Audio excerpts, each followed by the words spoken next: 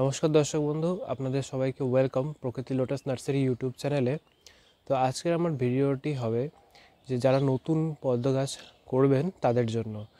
তার আগে একটু প্রস্তুতি নিতে হয় পদ্ম গাছ বোনার আগে। সেই প্রস্তুতিগুলো কী কী এবং কিছু কোশ্চেনের উত্তর আমি দিব। ভিডিও শুরু করার আগে আমি আপনাদের একটু বাইরের পরিবেশটা একটু দেখিয়ে দেই। এই দেখুন, পুরো কুয়াশা ভর্তি। এই সময় কিন্তু পদ্ম গাছ লাগানো একদমই যাবে না।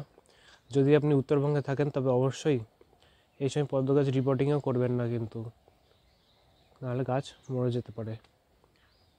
এই দেখুন, তো প্রথম যেই কোশ্চেনটার দিকে আমরা যাব সেটা হচ্ছে নীল পদ্ম সম্বন্ধে। নীল পদ্ম কী হয় বা আমার নীল পদ্ম চাই, এরকম করে অনেকেই অনেক প্রশ্ন করে, কিন্তু সত্যি বলতে নীল পদ্ম কিন্তু হয় না। নীল পদ্ম 2024-এ দাঁড়িয়ে কিন্তু এখনও পর্যন্ত নেই। নীল শাপলা হয়, আপনাদের কিন্তু নীল শাপলা দিয়ে অনেকে নীল পদ্ম বলে সেল করতে পারে, তাই আপনারা সেদিকে একটু মনোযোগ দেবেন। দ্বিতীয় কোশ্চেন যেটা, অনেকেই ভাবেন যে আমরা তো 2 টাকার বীজ থেকেই পদ্ম করতে পারবো, তাহলে আমরা এত দামের টিউবার কিনবো কেন, এত দামের গাছ কিনবো কেন? 2 টাকা 10 দোকানে যাবো, 2 টাকা দিব, বীজ নিয়ে এসে গাছ করে নিব, হয়ে যাবে। কিন্তু ব্যাপারটা এতটা ইজি না। আমি আপনাদের একটা গাছ দেখাই প্রথমে। এই যে এই গাছটি দেখতে পাচ্ছেন, এটা আমার 10 দোকানের বীজ থেকে করা। 2 বছর হয়ে গেল, এখানে কিন্তু এখনও ফুল আসেনি। এটা কিন্তু বড় গামলাতেই করা আছে, আর বাকিদের মতনই এই দেখুন এদের মতনই করা, কিন্তু এদের হচ্ছে ফুল আসেনি।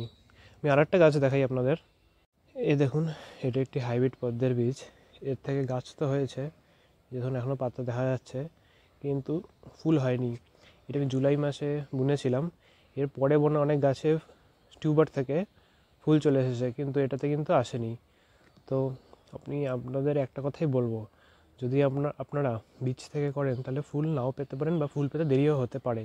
সেজন্য আপনারা টিউবার থেকে করবেন, যাতে আমাদের উৎসাহটা বজায় থাকবে এবং আপনারা ফুলও খুব সহজেই পাবেন। তো এরপর হচ্ছে টব সিলেকশন নিয়েও একটা কথা বলবো।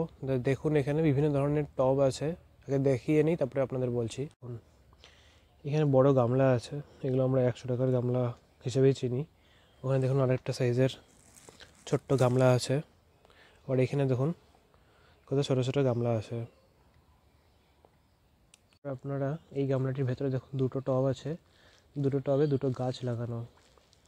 আমাদের যেখানে সবুজ সবুজ দেখতে পাচ্ছেন, ওটার থেকে আমার ফুলও পেয়েছি। এটা পরে বোনা, তাই এখনও ফুল আসেনি, এখন আসবে না আর। তবে আপনারা তাও দেখুন। এই যে, তো পদ্ম বিভিন্ন ধরনের টবে বা পাত্রে করা যায়, সেটা আপনার পদ্মের আইডি বা ভ্যারাইটির উপরে নির্ভর করবে। তাই আপনারা যেরকম পাত্র নেবেন, আপনি যার কাছ থেকে টিউবার নিচ্ছেন বা গাছ নিচ্ছেন তাকে বলে দেবেন যে এরকম মাপের আমার কাছে গামলা আছে, কোন টিউবারটা হচ্ছে ভালো বা কোন আইডিটা হচ্ছে সেই পাত্রের জন্য পারফেক্ট। তারা সেই অনুযায়ী আপনাদের টিউবার দিয়ে দেবে।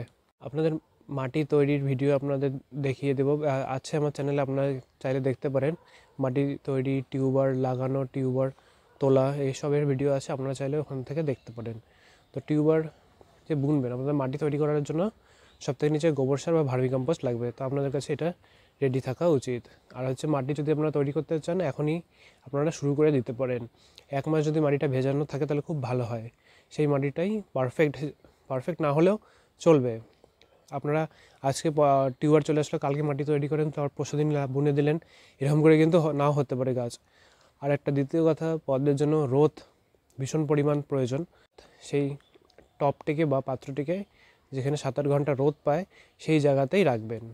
সেই সার প্রয়োগের ক্ষেত্রে পদ্ম গাছের জন্য কী কী সার আপনাদের প্রয়োজন, আপনারা এনপিকে, ডিএপি, সিউইট আর গোবর সার, গোবর সার বা ভার্মি কম্পোস্ট যে কোনো একটি, আর এগুলো রাখতে পারেন। আমিও এগুলো দিয়েই করেছি। আর আপনারা যদি চান তাহলে হাড় গুঁড়ো, শিংকুচি এসবও দিতে পারেন, হিউমিক অ্যাসিড এসবও দিতে পারেন। এসব কী করে অ্যাপ্লাই করতে হবে সেটা আমি পরে আপনাদের দেখিয়ে দেবো। আপনারা অত সার না দিলেও দিতে পারেন, আপনাদের যদি মাটির ভালো হয় তাহলে এমনি হবে। আর রোদ যদি পায়, 7-8 ঘন্টা রোদ পেলে পদ্ম গাছ এমনি হবে, ভালোই হবে। আর দ্বিতীয় কথা যেটা সবথেকে ইম্পর্টেন্ট পদ্ম গাছের জন্য, সেটা আপনাদের একটা ছত্রাকনাশক লাগবেই। আপনারা ছত্রাকনাশকেই মাটিটা তো দিয়ে দেবেন, এবং টিউবার যখন নিয়ে আসবেন তখনও ছত্রাকনাশকেই আপনাদের ভিজিয়ে রাখতে হবে। সেই জন্য ছত্রাকনাশক প্রথমে আপনারা আনবেন। তো আপনারা যদি মনে করেন যে এই বছর আপনারা পদ্ম গাছ করবেন, তার জন্য প্রথমে একটা গামলা বা পাত্র যেটাই হোক সেটা নেবেন, মাটি তৈরি করবেন, ছত্রাকনাশক লাগবে, গোবর সার লাগবে বা ভার্মি কম্পোস্ট লাগবে, আর যেই সব সার বললাম আমি এনপিকে, ডিএপি, এইসব সংগ্রহ রাখতে পারলে আপনাদের ভালো হবে। গাছটি যখন কিনবেনই তখন এগুলো একসাথে নেবেন, তাহলে গাছটা ভালো হবে, ফুল হবে এবং আপনারা উৎসাহিত পাবেন। তো আজকের ভিডিও আমাদের এটুকুই ছিল। আপনাদের যদি ভালো লেগে থাকে তবে অবশ্যই লাইক, শেয়ার এবং সাবস্ক্রাইব করবেন।